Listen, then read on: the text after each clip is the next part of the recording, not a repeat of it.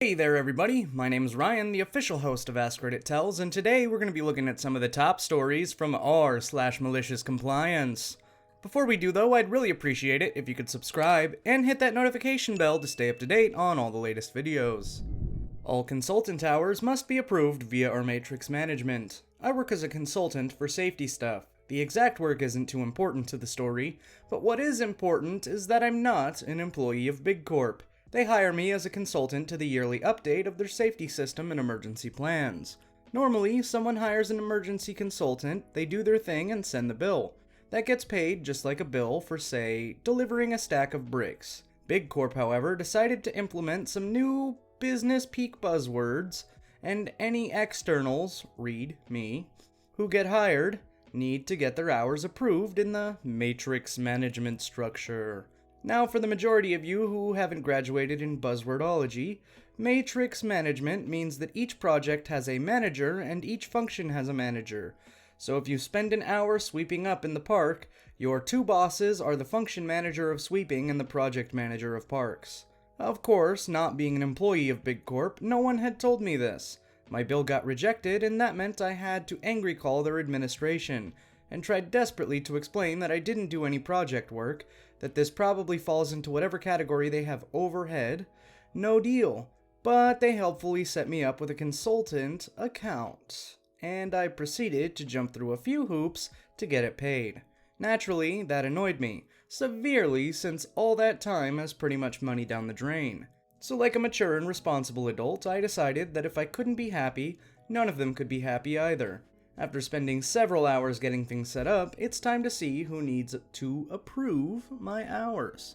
Compliance. Well, technically the safety plans apply to all projects, so I'd best select every single project manager. Oh, and I guess they also apply to all functions. But I should be fair since I didn't spend equal time on every function.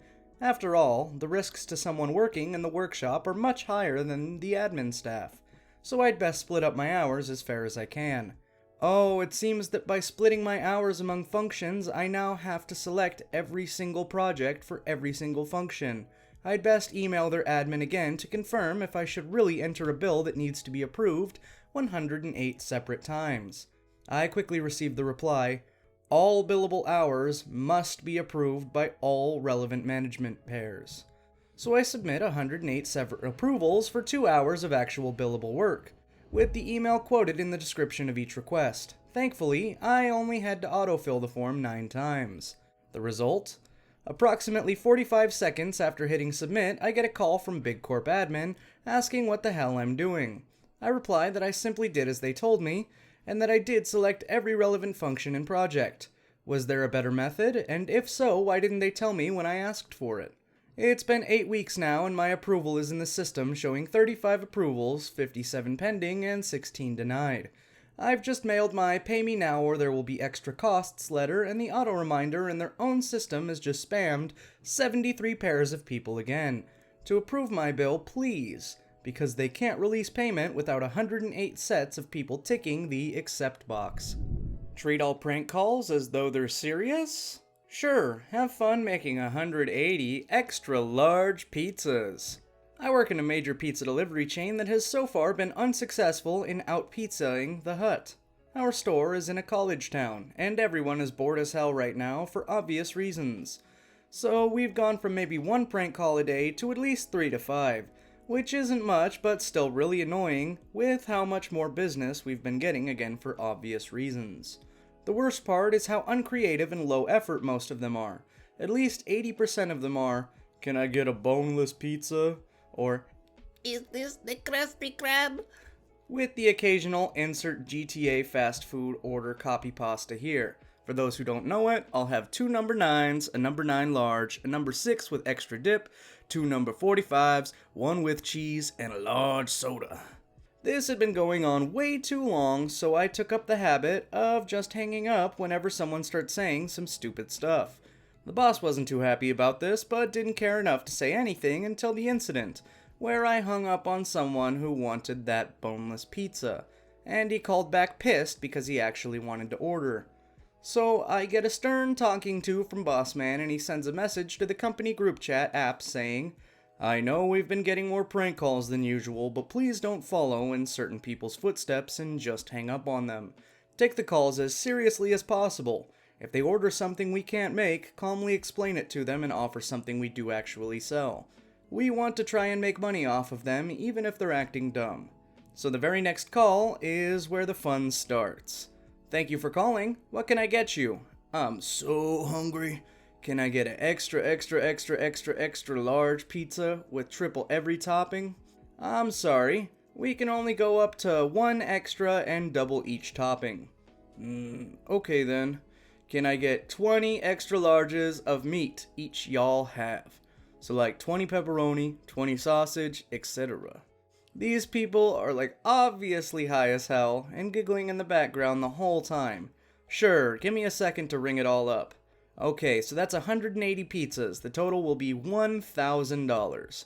I don't remember the actual price, but close enough. And it'll take about 3 hours. Awesome, thanks. We'll pay with a check when we get there. Dial tone. So I place the order, and not 30 seconds later, I hear, "What the actual F?" from the boss, and he runs onto the computer. How are they paying for this? He asks me.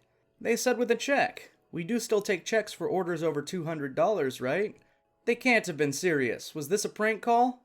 Not sure, boss. You said take all calls seriously. He just grumbles and picks up the phone and calls the customers, and all I hear is super loud laughter as he hangs up. Meanwhile, other employees have started actually making the ridiculous order, not noticing anything weird about it. So by the time the boss finishes the call and cancels the order on the computer, there are already 5 extra large pepperoni pizzas in the oven. So we got free dinner for everyone working that night, as well as another message in the group chat app simply saying, "In regards to my last message, please just use good judgment when taking orders." Real quick, this is Ryan from the future here. I think I messed up Big Smoke's order. It's actually, "I'll have 2 number 9s, a number 9 large, a number 6 with extra dip, a number 7, 2 number 45s, 1 with cheese, and a large soda." Thank you for your time. You want me to lock the door every time? Okay. My mom's husband has been super strict about locking our doors and keeping them locked. I get that we don't want intruders coming into our house, but he's gotten ridiculous lately. I smoke cigarettes and go outside pretty often, so I hear, "Make sure you lock the door behind you and when you come in," about 1,000,000 times a day. The fact that I do lock the door and still hear this every day has been very irritating. It has gotten to the point where I will step outside for 10 minutes to smoke, and when I come back, I'm locked out. This has happened more than a few times.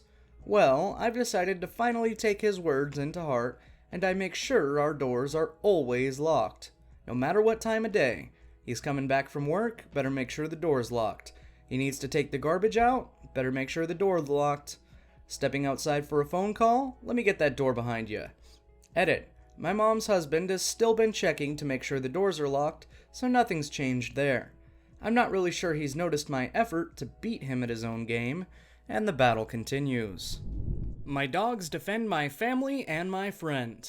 This was many years ago and I was never charged. The case was closed as a home invasion that was stopped with reasonable force. My dogs were not harmed or removed from me.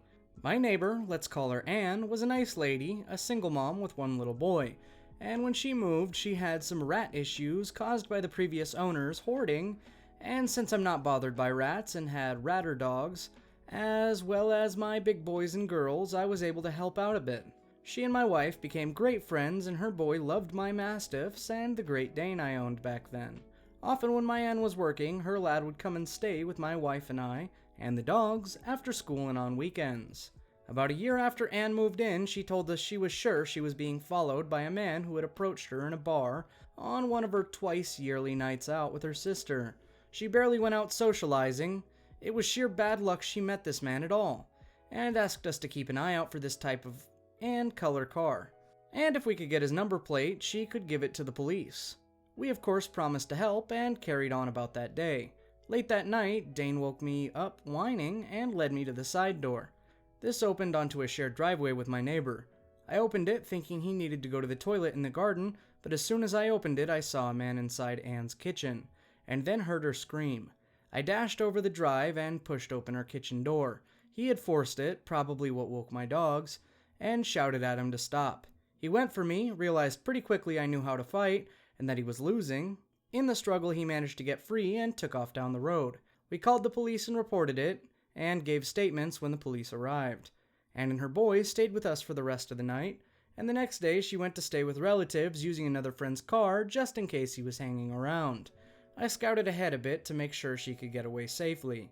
That night, I woke up to the sound of a man screaming in my house. I could have gone straight downstairs to see what was going on, but I waited till it stopped before investigating, since it sounded exactly like the man from last night. And I figured he needed some quality time with some real predators. He wasn't moving when I went into the living room, but the dogs were really happy with themselves. What the police and I worked out what happened was, he quietly broke into my kitchen through the side door. My mastiffs and the Dane waited till he was deep in the house before they struck. He was ragdolled by the neck from behind by my Dane, and while this was happening, the mastiffs tore his legs to shreds. The little ratter my wife owned got stuck in too from the blood all over him at the end of it. He had suffered multiple fatal wounds to his thighs, neck, and face. The intruder had a backpack on with knives, duct tape, gags, and a small hand axe. DNA, Anne had scratched him, and my Anne's statement confirmed he was the same man who had tried to rape my neighbor. He had no idea I had large dogs, it seemed, or he was really effing stupid. Who cares? Those dogs have all died of old age now, but I bred from the mastiffs and still have their pups and grandpups. The Dane made it to 12, which is ancient for one of them. Anne got a mastiff for me shortly after this event, and she still owns large dogs too. I recommend a large dog as a companion and as something that will F up any intruder for you. As Bill Burr says, it's like owning a water pistol you can pet. And that, my friends, is all the time we have for today's r/MaliciousCompliance. If you liked it, you could always check out our playlist with all of our previous awesome videos, or you could subscribe and hit the notification bell to stay up to date for all our new content. Do both, and you will have a plethora of Askreddit Tells right at your door. As always, my name's Ryan, the official host of Askreddit Tells, and I look forward to seeing each and every one of you guys in tomorrow's video. Bye-bye.